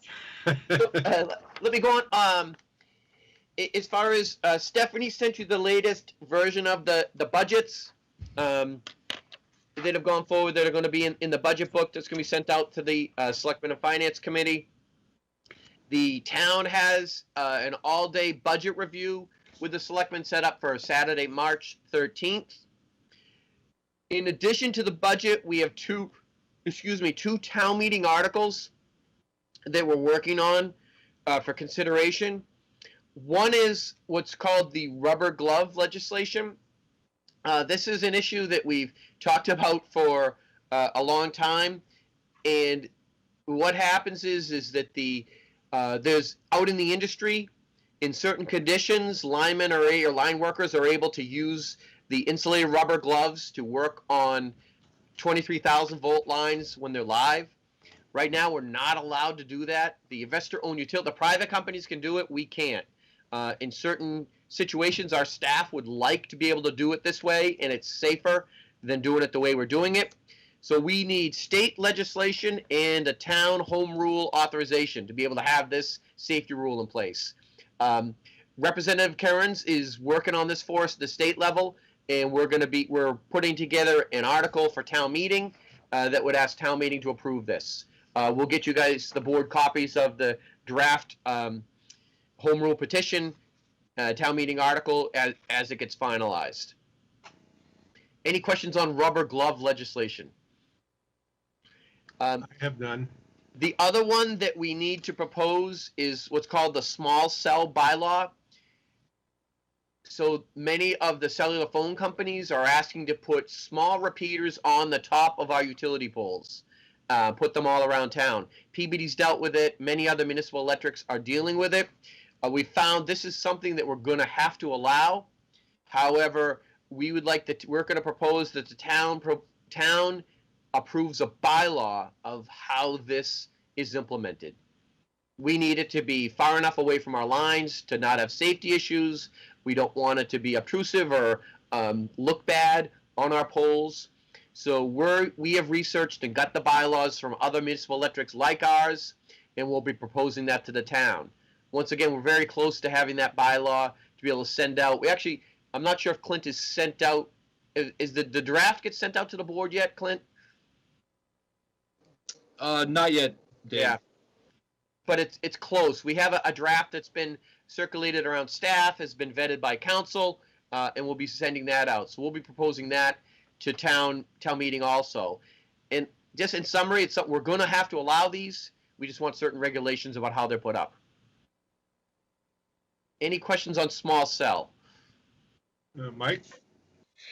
You know what, actually, both of those things just remind me one thing, Dave, which is, can you get me, I really need a letter from the town council in regards to what, either authorizing me as a member of the finance committee to vote on anything that has to do with the electric light or not.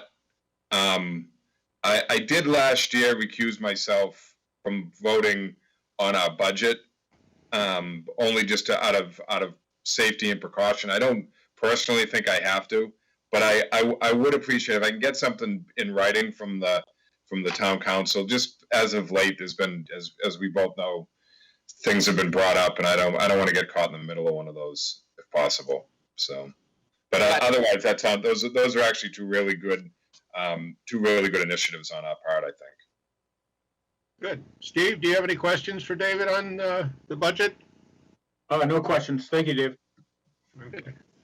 Dave, I just have one. A couple of years ago, before COVID, you had invited us to the budget deliberations of the town on the electric division, and Stan and I both attended. Is that something you'd be interested in having us as a board do again?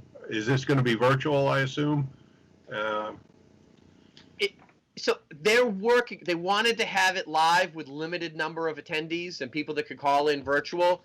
So today, Stephanie can definitely give you guys the link so that you can call in, or not. You could watch it virtually. There'll definitely be a way for you to watch it. I don't know if we'll be able to invite you guys to attend yet. I don't know that, but definitely there'll be a way for you to watch it and be invited to, and then obviously participate like the public does. Okay. Thank you. I will say to the other two members that I did find it interesting to go to that and just see the process. Unlike Mike, I've not been volunteering for the town for a long time, so it was quite educational for me. I would say this, and my guess is, just from a finance committee standpoint, that we will attempt to conduct if in any way possible. I think the chair has indicated that he wants to be able to have our meetings live. When we dealt with the hearings prior to the last special town meeting, we did conduct those with social distancing and masking in a very large location. So my guess is that by April, when we would be conducting our hearings, those probably will end up being live at the junior high school. But everything changes day to day, so who knows? So. Okay, I think I would ask that, keep us informed, and if it's virtual, send us links, but if nothing else, send us, if there's an opportunity to attend both the Finance Committee and the Selectmen's budgets meetings, please let us know when they are. Oh, absolutely will. Steph and I will definitely let you guys know, for sure. Okay, thank you. On the personnel updates, we're doing recruitments for our first-class line worker. That's going well. We have some interested candidates. The HSE and maintenance program manager, that recruitment's going well. The first-class technician in tech services, that one hasn't got off the ground yet, but that'll be following here shortly. Most importantly, we're nearing completion on our director of engineering and operations. It's been quite a process working through, but we have one interview scheduled with an in-house candidate, which is exactly what we had hoped for. And everything goes smoothly with that. We'll be all set with our new director of engineering and operations. And that, in conjunction with that, once we have that locked and loaded, the staff has been working behind the scenes on, we used to have a dashboard that we worked with. We called it the dashboard to keep track of all of our projects. We give you guys a quick update. We're actually transitioning that dashboard into Microsoft Teams. And so once we get the new director of operations and engineering online, we'll be preparing a Teams report for you guys that shows where we are with our big projects, an update on those, the ones that the board is most familiar with or cares about the most. On those, like Jason Small said, we're working on the OMS, hopefully a presentation. I can't commit to March on a presentation for the board on that, but I say March or April, we'll have a presentation to the board on the OMS system. Right behind that is our financial management software, which we're got that off the ground. Working on that is a rather big push. And I think I've taken enough time. That's all I had. I'd take questions from the board. Okay, Mike, any questions, comments for Dave? This sort of, I'll bubble it into our last agenda item, which is our sort of closing comments and correspondence, because it has to do, Dave would probably have to answer it anyways. I know we spoke a little bit about this last month. I have a very strong opinion that our staff, when provided vaccines, should be given the opportunity to get those vaccines directly from the town, that they should not have to go through the pretty intense and difficult process to get those vaccines through the state. I understand that this is a very significant political football, and we are a minuscule player in that particular game. But, I think of our linemen, for example, the idea that, most of who are working that day shift, a lot of odd times, that they're going to be in a position somehow to go online at a specific time and be able to get a vaccine appointment is just not going to happen, more than likely, which means that despite the fact that they could be eligible, same with our teachers, frankly, but they should be eligible within the next couple of weeks. It's unlikely that any of them or a majority of them will be in a position to get that appointment. So I would ask that, that we may take some kind of formal position and forward that to our state representative and our state senator to indicate that we would like our employees to be able to be given the option of the town doing that. And I know I know this is a big issue. It affects a number of departments and others. But again, I just look at this from a practical standpoint, and it's going to be very difficult for our employees to be able to get in line and get that in a relatively quick fashion, despite the fact that they've been on the front lines, many of them, for the entirety of this pandemic. So, I'm not sure how we'd be able to handle that, Dave, or even if it's a football you want to pick up. But well, here's how I'm handling the football so far. Early this morning, I became aware of other public works departments and utilities where their staff has already got the vaccine. I'm working to find out how that actually happened, because we are not we're in the next category after the 65 and the two medical conditions after that category. But there are already DPWs and utilities are getting vaccinated.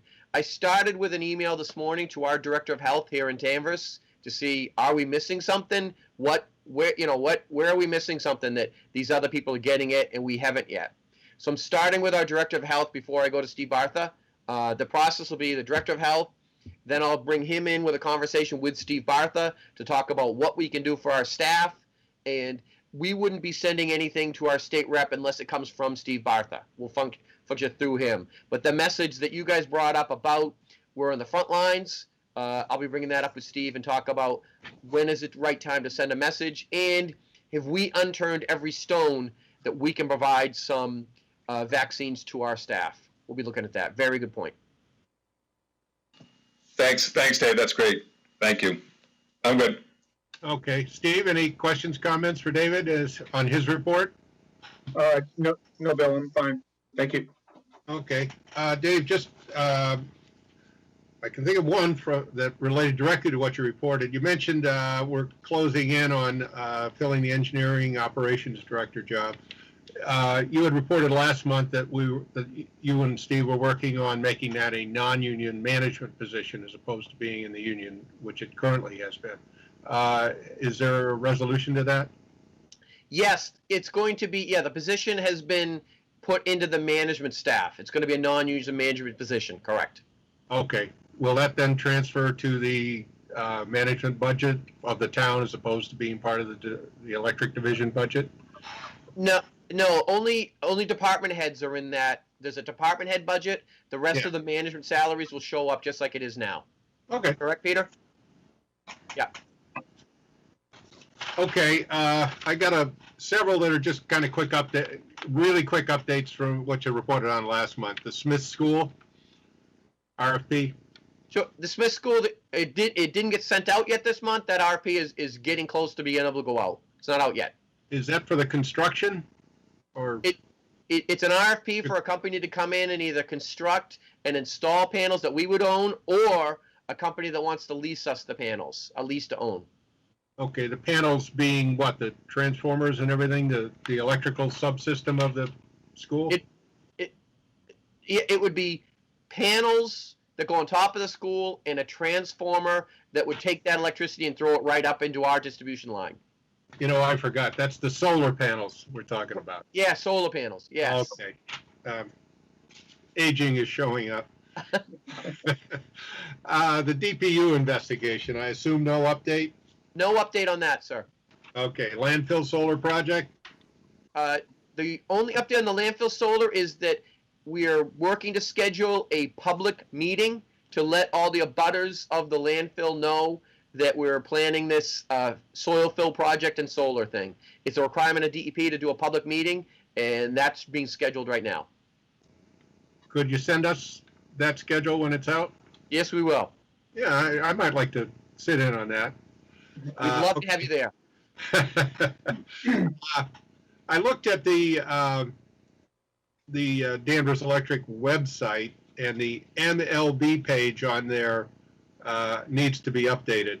It's the current notice is that meetings are rescheduled since March 30th. So Yeah, Clint informed me yesterday that they're working hard to get that updated right now. okay, and of course we got a new board member now that also needs to be added. Employee appreciation. Anything going on with that? Nothing updated on that yet. Okay. Last month I mentioned, on the website, how to read the bill, still not there.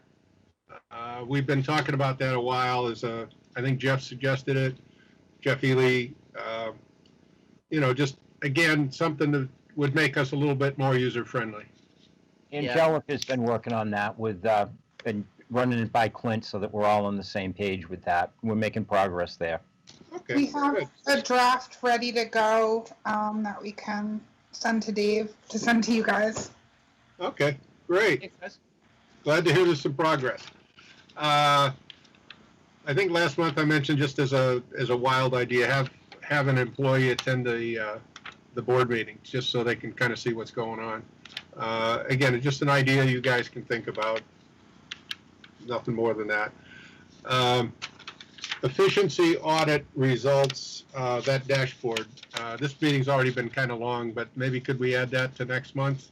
Just, and I think you had mentioned that you were going to show us how we're doing on the different policies that came out of that. So I think you've kind of at least got that in your thinking already. Peter mentioned this somewhat. The Texas situations, are there any lessons learned or concerns that we have after seeing that unfold to the extent it has? So there's two different avenues of that we can look at as lessons. One, we always complain about federal regulations. However, federal regulations in this case are there to protect ourselves from Mother Nature and from trying to do things in a cheap or inexpensive manner. And, we hate that regulations cost us money. However, in this case, they weren't prepared because they wanted to save money. Those utilities in 2011 were told what they needed to do as far as their fuel supply lines, and they didn't want to spend the money on it. Second to that is when we look at our energy portfolio, there's always the question of, do we want to keep our energy purchases locked into fixed rates or at least rates that are within guidelines, or do we want to play the market? And we've chosen to keep no more than 10% of our energy sales in the market. We need to have a buffer. Purchases, you mean, right? Energy purchases, I'm sorry, energy purchases.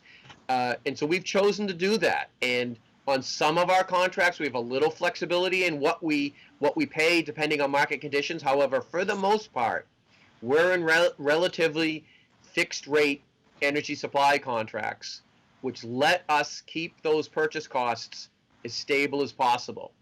We've made a business decision to do that.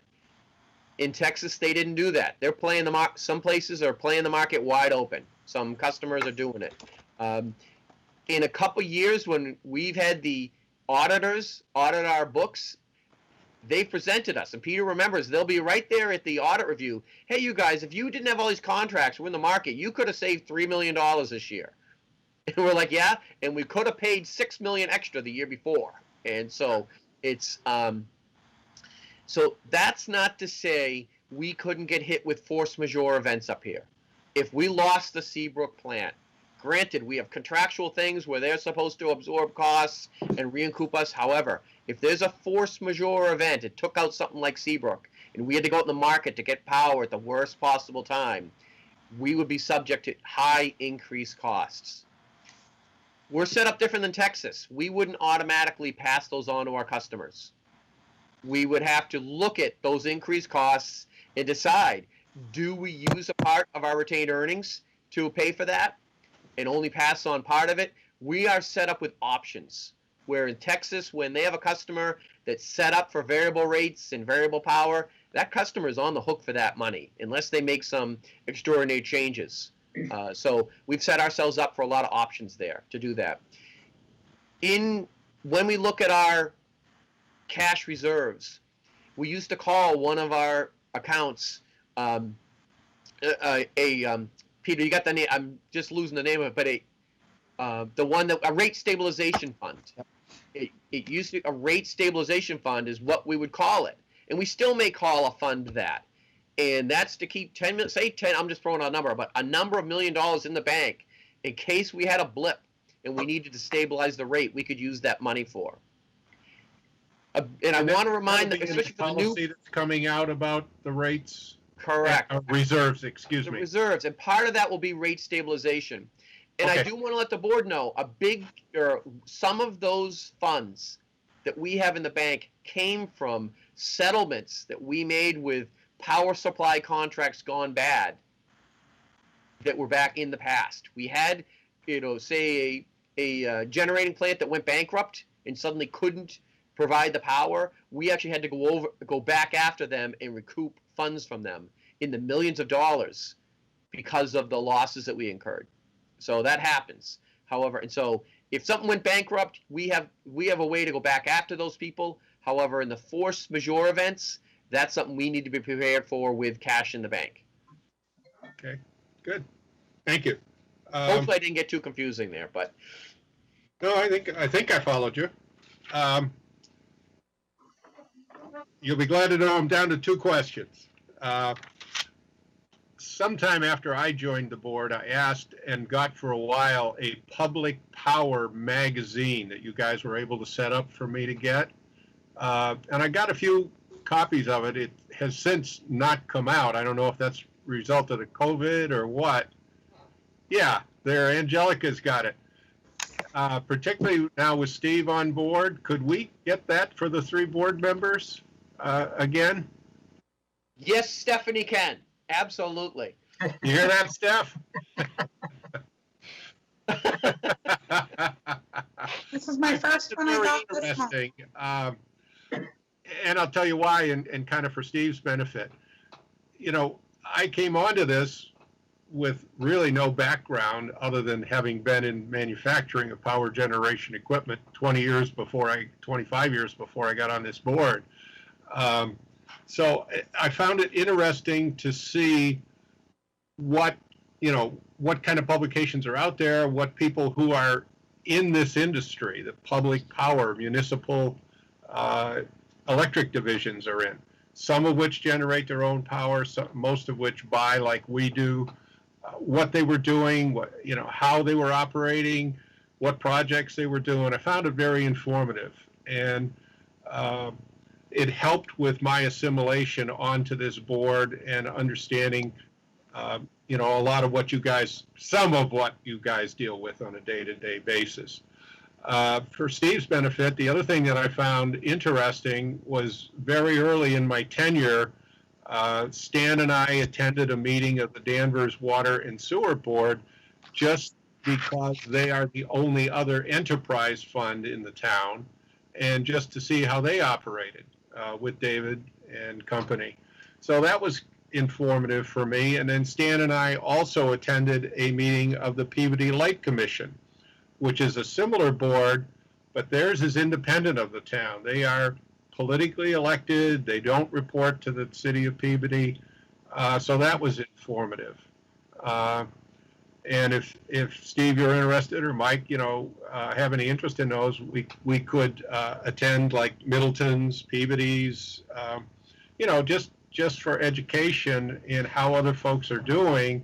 But I think the magazine would be helpful as well. So just a thought on that. And I'm glad to hear that Steph will take care of it for us. My last item is I sent out just before the meeting something I had been asking, suggesting for a little while, is a new member checklist for onboarding. I don't know if you've even seen it yet. It just went out just before the meeting. But it's looking back in my memory, some of the things that I did with Stan's assistance, with Dave's assistance, Peter's meeting with Peter and Dave and so on, folks in the organization that helped me get up to speed to understand the scope of what the operation is doing, different elements of the organization, different responsibilities, how they do stuff, was quite informative for me. So Steve, you're on the email, you'll see it. And I marked it Rev 1, just in case as you folks look at it, if you get any other ideas, and it would kind of give us a checklist of, okay, Steve, here's some ideas of what you might do to help get up to speed. And that's it. Any closing comments from the other board members? You've really all had your shot. But Mike, anything else?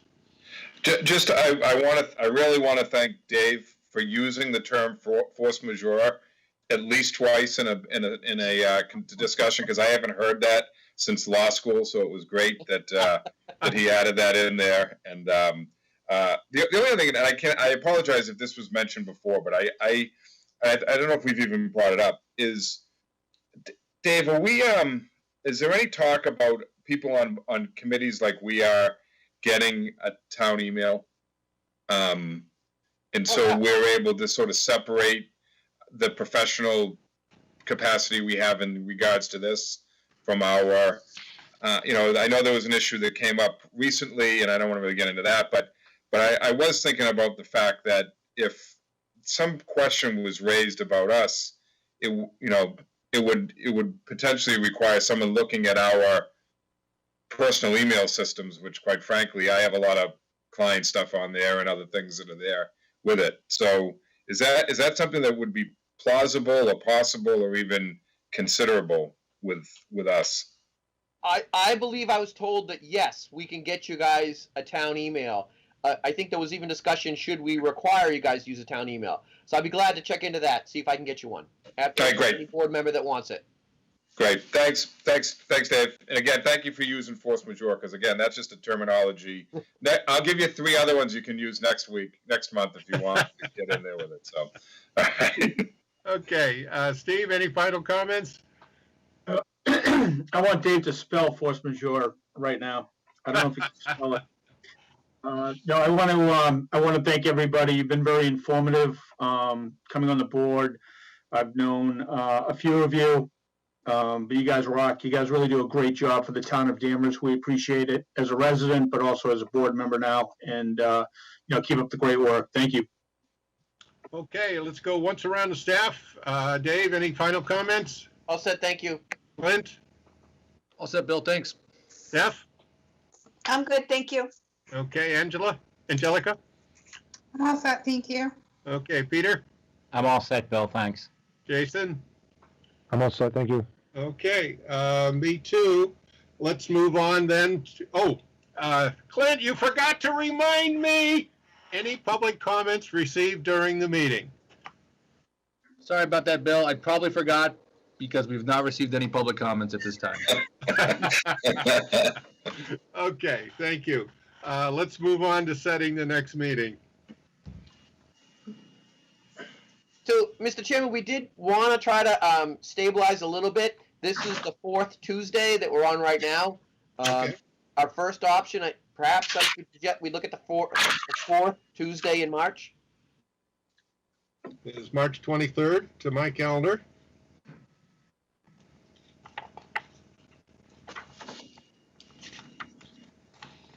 Looks okay for me. Anybody else have a problem?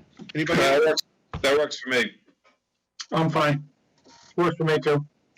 All right, so we'll go with that, Dave? Yes, that'd be good.